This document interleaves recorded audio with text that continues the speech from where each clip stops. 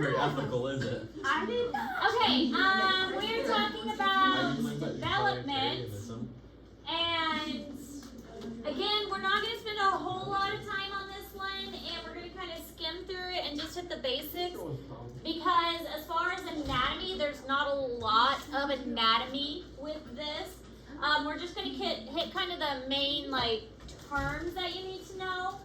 A lot of this is physiology related. So obviously pregnancy is the time from fertilization till the infant is born. Pregnancy is really kind of, the way they count pregnancy is really weird. They count from the day of the woman's last menstrual period. As we learn, well, the way fertilization takes place is the egg is released and then it's fertilized, but it doesn't really implant until a week after it's released. So the woman is pregnant a whole week before a pregnancy test even turns positive, and she is the egg isn't released until a week after she is a week after the menstrual cycle. So there's a whole week in there that there's not even an egg, but they count that as a week of pregnancy. So it doesn't really even make sense that a gestation for a human is 40 weeks. That's the gestation period, is 40 weeks. 1 week of that, there's not even an egg present. So really, it's a 39-week pregnancy. They count it as 40 weeks, though, because 1 week of that, there's not even an egg. But they count from the woman's last menstrual period, and then the egg is released about a week after that, and then fertilization takes place. A pregnancy test will not even turn positive until it implants into the uterus, because when it implants into the uterus, that's when the female's body starts making the hormones that'll turn a pregnancy test positive. So there is no way for a woman to know that she's even pregnant until the embryo implants, and that's at least 2 weeks after the last menstrual period. Conceptious is the developing offspring. The embryo period is from the time of fertilization till about 8 weeks, and the fetus is about week 9 until birth. So there's a lot going on within these very early periods of time, and it's a very critical time too. So within these first 8 weeks of pregnancy, sometimes the mother doesn't even know she's pregnant, but it's a very vital period as well. That's when the majority of the organs are being formed, and that's when the majority of the brain development, the heart starts beating within 5 weeks. The brain and the neural tube are some of the first things to form. If the mother is doing questionable activities like drinking or smoking or drugs or anything like that, because she may not even know she's pregnant, that's going to have a huge impact on the baby early on, because that's when a lot of these major systems are developing. So later on in the pregnancy, that's when everything is just growing and getting bigger. It's these early weeks that the systems are really first starting to form. So fertilization, and then 1 week is conceptious, and then 3 weeks is the embryo, and it's super, super tiny. 5 weeks, it looks kind of like this. And then 8 weeks, and then at 12 weeks. Now, the earliest you can usually hear a heartbeat is by 5 weeks, and that's typically by a doctor's ultrasound. The earliest I heard my baby's heart week on my own was 8 weeks. The earliest a doctor can hear it, if they're using an ultrasound, a fancy machine, is about 5 weeks. The doctors will typically not do an ultrasound at all until about 12 weeks. And it's very stressful a lot of times for mothers, because they will just have found out they're pregnant, and the doctor's like, yeah, you're pregnant, go home. And they won't even do anything until about 12 weeks, and that's when they will have your first doctor's visit and do all the other stuff. Because within those first couple weeks, there's not really anything you can do. It's also when most miscarriages happen within that first 12-week time period, because that's when most babies, something is going to go wrong. Mothers are most happy with once you hit that 12-week mark, because if you hit the 12-week mark, then that's a pretty good sign that the baby is, or the pregnancy is going to be sustainable. So fertilization occurs when the genetic material of a sperm combines with that of an oocyte. The oocyte, of course, is the matured follicle of the female. And then once the two join, because the sperm has 23, the egg has 23, they form to make 46. We all learned that in meiosis. The zygote is going to be the first cell of a new individual. The zygote has all of the information necessary because the sperm and the egg have fused. And then it's going to go through rapid division. When I worked on my master's for my biology, I actually looked at zebrafish and their eggs, and we saw a lot of this rapid division. And so we would collect the eggs from the zebrafish and look at them under a really high-powered microscope, way cooler than the microscopes we had here. And we'd see the division of the cells. We'd see them like at one stage, or when they had divided from 1 to 2 cells, and then so on. And we could actually see the different zygote stages, and then follow once it had divided from just a couple cells into many cells. So it was kind of fun. And you could like gauge how far along the zebrafish were. But it's very, very rapid, very early on. How fast the development is. Because one cell breaks into 2, and then those 2 break into 4, and the 4 break into 8, and so on.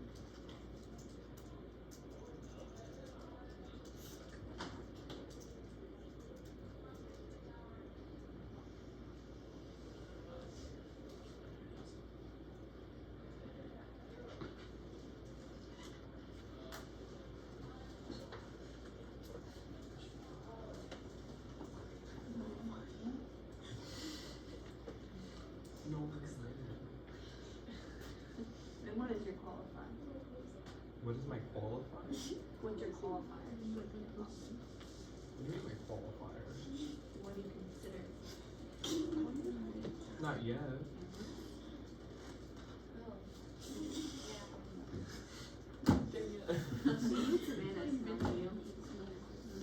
Savannah can't talk. Oh, trust me, she's not playing about you.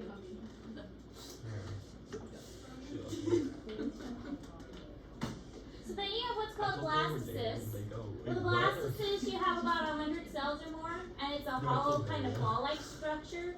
You have the trophoblast, which is the actual like fluid-filled sphere, and you have an inner cell mass, and the inner cell mass is kind of like this cluster that's off to one side.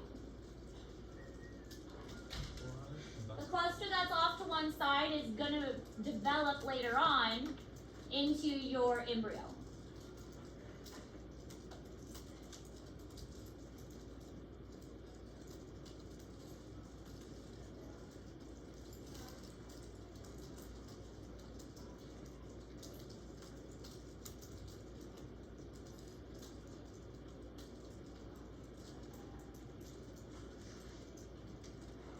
What you look like when you're really tiny. You guys are all so cute. Is it baby photo? It's your baby photo. I should go back. Called your embryo. My time, The blastocyst stage. It's like a walk down memory lane. What? Please stop. Like doesn't like imagine. Oh my. Yo, here it said. Heard about mommy anywhere. What was that? Nothing. Damning your home. BDC. His phone's passed away. Like, how's Craig doing? Fantastic, Aaron. I forgot what your mother's name is. Maybe I need to go through it. You're on video. This is in Google Classroom. Trying to ignore you guys. Very inappropriate by my mother on the video. Might need some gas.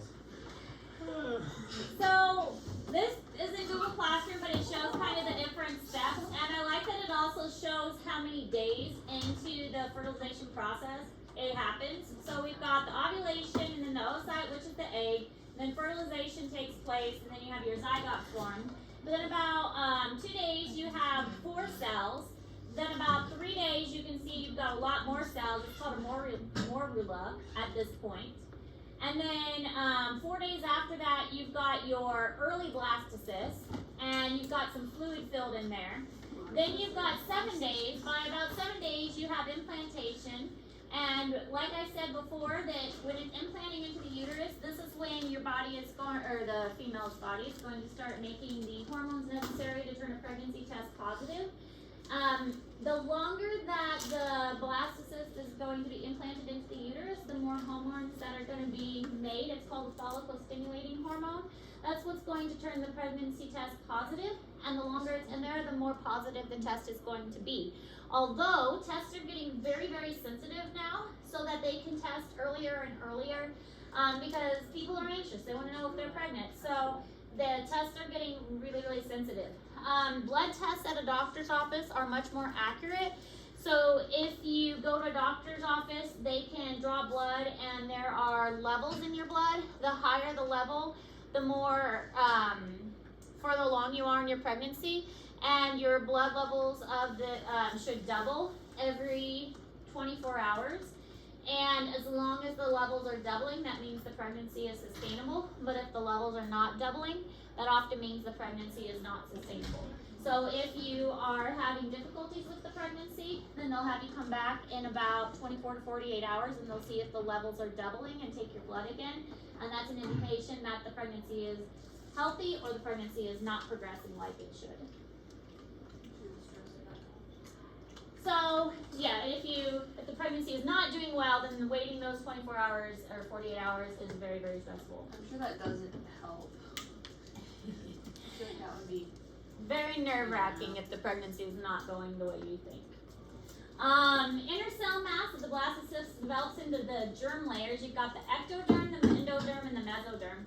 So basically these 3 layers are what form all of the different organs of a fetus, eventual fetus. The ectoderm gives rise to the nervous system and the epidermis of the skin. The endoderm, endo like it would suggest, is the inner layer, and this is going to form the mucosa and associated glands. And the mesoderm, the middle, gives rise to basically everything else. So what's interesting with this is it's kind of like a sheet, and it kind of is going to fold inward, and it's this weird kind of folding process that gives rise to these. And this folding kind of rolling process is also going to give rise to the neural tube. Now the neural tube is your spinal tube that surrounds your spinal cord, and that is also very important to protecting your spinal cord and preventing many neural tube defects. A lot of infants can be born with neural tube defects. You might have heard of spina bifida, that's a big one. But there's other ones that cause the brain to not form correctly, or there's things called anencephaly, where the head looks really small. Those are all due to the neural tube and the folding not being done correctly really early on in pregnancy. And a lot of that is because of the mother not having enough of what's called folic acid in her diet. And again, it's important for the mother, especially if she's trying to get pregnant, to make sure she's taking her vitamins, prenatal vitamins especially, early on, even before she's trying to get pregnant, so that can build up in her system. It's also why if somebody is actively trying to get pregnant, that they are like getting good prenatal care. Or if you get pregnant by accident, to go see a doctor as soon as possible.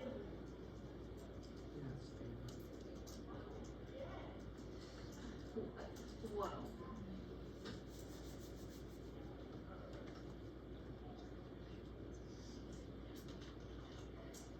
So after implantation, lactation, the trophoblast will develop chronic villi, and these are basically projections. The chronic villi combine with the tissue of the uterus, and they form the placenta. So we've already kind of talked about the placenta a little bit, but the placenta is the connection of the baby to the mother, and the placenta is a separate structure entirely. By the time the baby is developed and birth happens, the placenta weighs about 2-ish pounds, and the placenta is delivered after the baby. It does not connect to the mother's blood system, like it keeps the two blood systems completely separate. Which is really kind of interesting. You would think that the blood would mix, but it doesn't. The two blood systems are completely separate. Then the umbilical cord goes from the placenta to the baby's belly button, pretty much. It's what forms the belly button. And the nutrients flow from the placenta to the baby. Amniotic fluid, or amnion, is the fluid in the sac that surrounds the baby, and the baby pretty much floats in it, keeps the baby safe, keeps it protected, kind of acts as a cushion, nourishes the skin. There's also a lot of other things that are in the amniotic fluid, especially when the baby gets older. Amniotic fluid contains like the urine of the baby, skin cells, hair cells, things like that. And the cord has typically 3 vessels, but sometimes the cord could have only 2 vessels, which isn't really ideal for the baby. So that's one thing they check for at ultrasounds, is that the cord has 3 vessels, because it's supposed to. What would happen? Then it won't receive the correct nutrient flow, and the baby will probably be underdeveloped.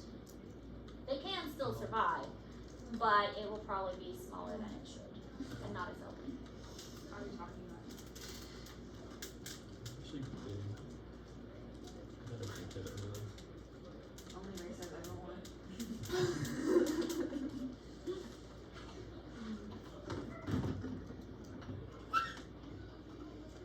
So here's what it will look like as the blastocyst is implanting into the uterus. We've got our amnion, which is the development of the amniotic sac.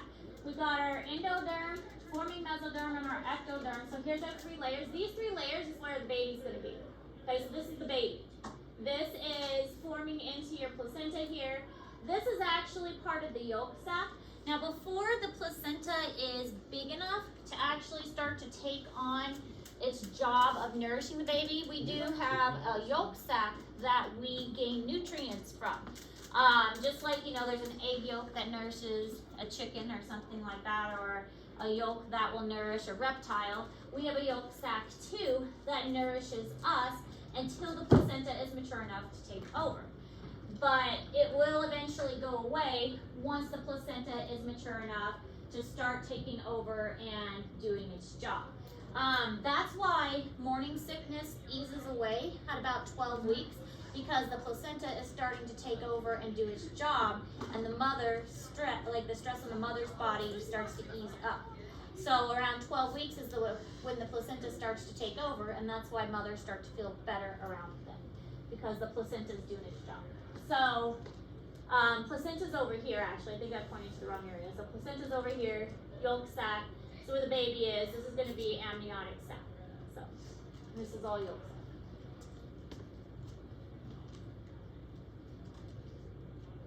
sac. Okay. You can see the remnants of the yolk sac down there. Placenta has developed, so the baby doesn't need the yolk sac anymore. Amniotic sac surrounding the baby, umbilical cord, the chronic villi, which are the little projections into the uterine wall, and then the umbilical vein and the big placenta as the placenta has developed.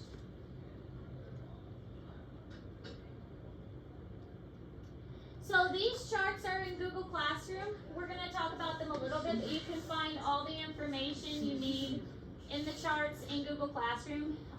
8 weeks is the end of the embryonic period, and from 9 to 12 weeks you're going more into like the fetal period. The head is unusually large. Hardly would know that. Oh, really? When the baby is really tiny, because that is one of the first things to develop. Hey. The brain has to get big in order to control the rest of the processes of the body. I mean, that's what we learned about the nervous system and how the nervous system is controlling the heartbeat and the blood flow and all of that. So the brain has to develop first in order to control the body. So that's why he's got a big head. Okay. I mean, it is kind of a weird drawing. Yeah, well, it was small. That's a big dome. But the heart starts to beat as early as 5 to 6 weeks. Even though the mother isn't showing yet, the heartbeat can be found. But by 8 weeks, then the head is nearly as large as the body. All the major brain regions are present. The liver is in there, the limbs are present, although the fingers and toes are webbed. The heart has been pumping since the 4th week, so 4th week it can start to pump, although most of the time it's definitely pumping by Did you say 5th. webbed toes? Yeah. Yeah, they have like these little like webbed feet and toes. It's really kind of cute. Keep your toes. I knew we were amphibians. Yeah, before we have this. As if I'm not that. All body systems are present, at least in their rudimentary form, by 8 weeks. By 9 to 12 weeks, the head is still larger, but they do have some facial features that you can actually see in an ultrasound. Yeah. I had ultrasounds of all my babies by 12 weeks, and you could actually see their face a little bit. Walls of the organs are developed, blood's beginning to flow. You could easily hear heartbeats and actually see the heart beating by 12 weeks. They do have the male or female determined by 12 weeks, but it is too small to see on an ultrasound at this point. You usually can't determine that until about 16, 17 weeks.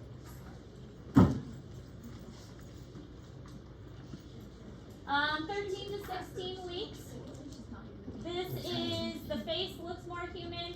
They're very, very skinny though at this point because they haven't started putting on much fat yet. So they're still kind of growing, they're still kind of getting their structures. All their structures are in place. It's more kind of growth at this point, getting larger. The kidneys are getting like more functioning. They're starting to swallow more amniotic fluid. Their eyes open briefly, but then their eyes seal back shut. So at this point, their eyes are probably sealing back shut toward the end of the 16 weeks. And then their eyes will open back up again later on into the pregnancy. 17 to 20 weeks, they start to get a lot bigger. The movements start to become more obvious. Usually a mother can feel movement by about 16 to 17 weeks for sure. Before that, some people claim they can feel movement, but it's usually uncertain until about 16 to 17 weeks. So quickening is what it's called. Mother feels movement for like definite, but sometimes they can feel a little earlier. So it's like a dead kid in there until then? No, it's just the baby's not necessarily strong enough yet. And it's more that the baby's floating around in the amniotic fluid and it's not strong enough to actually kick the uterus to feel anything. It's also not like tight enough. Like it's more floating and the baby isn't. So it's loose? No, it's not. It's how to explain it. Imagine it's floating around and it's not actually coming into contact with the uterine walls yet. He's just kind of chilling up in there. Yeah, he's just floating around. As the baby gets bigger though, it starts to run out of room and then it starts to kick things more. Yeah, how do you know all it's a you thought it was female actually. Yeah, I know. I have been. So it should be technically it should be There's this thing called lanugo. Lanugo is this little hair, and then Virnix. Both of this is to protect the baby's skin after being in the amniotic fluid for a long time.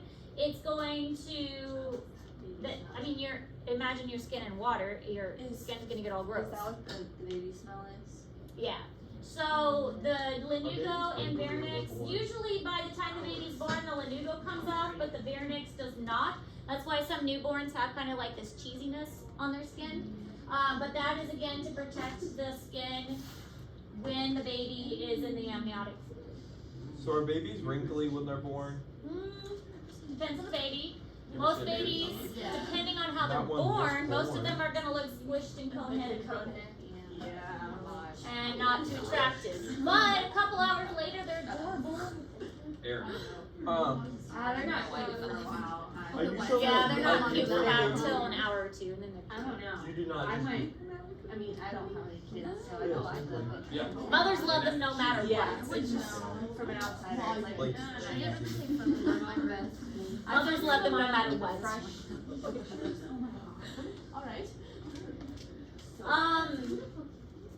From 21 to 30 weeks now, the youngest baby to be able to survive outside the womb, I think, was 21 weeks, maybe 20 weeks. They're getting younger and younger. Now, there's a lot of there's a lot of issues. Well, a lot of issues with a baby born that early. They have to be in the NICU for a very long time, NICU, neonatal intensive care unit, and they have to have a lot of health issues because being born that early comes with a lot of problems. Mostly the issue is lung development. Lung development is one of the last things to develop correctly, and there is something called, what's the thing? The thing called that keeps the lungs from collapsing. Oh, what's it called? Why am I drawing a blank? Visceral cavity. No, there's a thing that keeps the lungs from collapsing on itself. I can't think of what it's called. Maybe it'll be up here. Surfactant, that's the word. I just had to look at there. Surfactant. Surfactant is a special thing that keeps the lungs from collapsing in on itself and sticking together. Surfactant isn't produced until about 27 to 28 weeks. So if the baby is born too early, they don't produce surfactant. And it's like, you know how you have a water balloon, and once you put the water in the water balloon, it pops, it sticks together? That's how babies' lungs are. But if you have surfactant, it doesn't stick together. So they don't produce surfactant until later on. So if a baby is born too early, then their lungs stick together and they have trouble breathing. Is it possible for babies to produce that early? No. Sometimes if a person looks like they're going into labor early, they might give them steroids to try and help the baby mature faster. But it's ideal to keep the baby inside the mother for as long as possible. So they would put the mother on bed rest. They would, again, give the mother steroids to try and help the baby mature faster. If they can't delay labor and the mother has to have the child, then there are breathing machines to help the baby and special incubators. Sometimes the breathing machine pulses so that the baby's lungs never fully deflate, and they do these pulsing breathings instead. That's one of them babies. 30 to 40 weeks. Any baby born after 32 weeks has a really good chance of survival.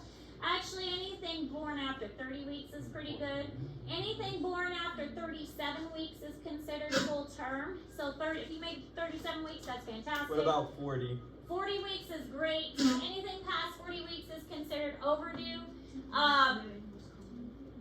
2 of my children went overdue. And one of them, no, 2 were a day before their due date. Okay.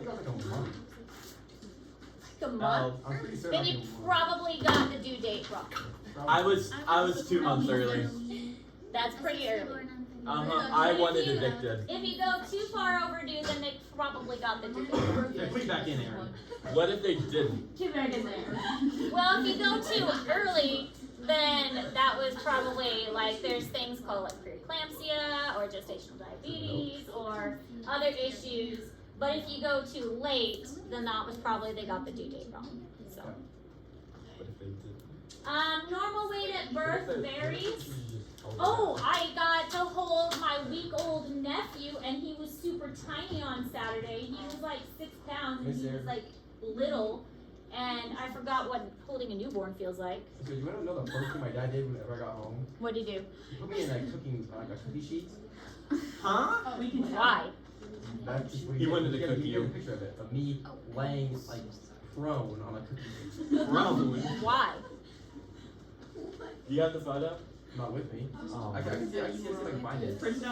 Yeah, can you find it? That's We need odd. that. Was he gonna bake you? He wasn't big enough yet. Like, see how like small I was.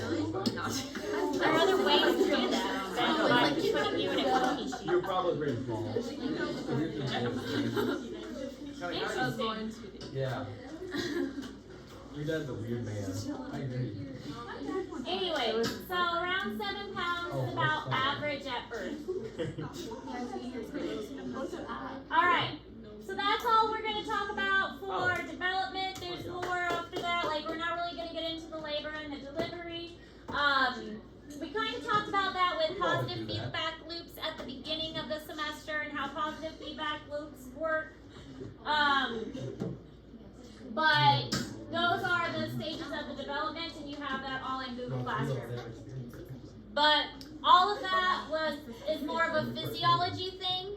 There's not really a lot of anatomy to labor and delivery, so that's why we're not getting into that, because that's all more of a physiology thing, not really an anatomy thing. Any questions on any of that?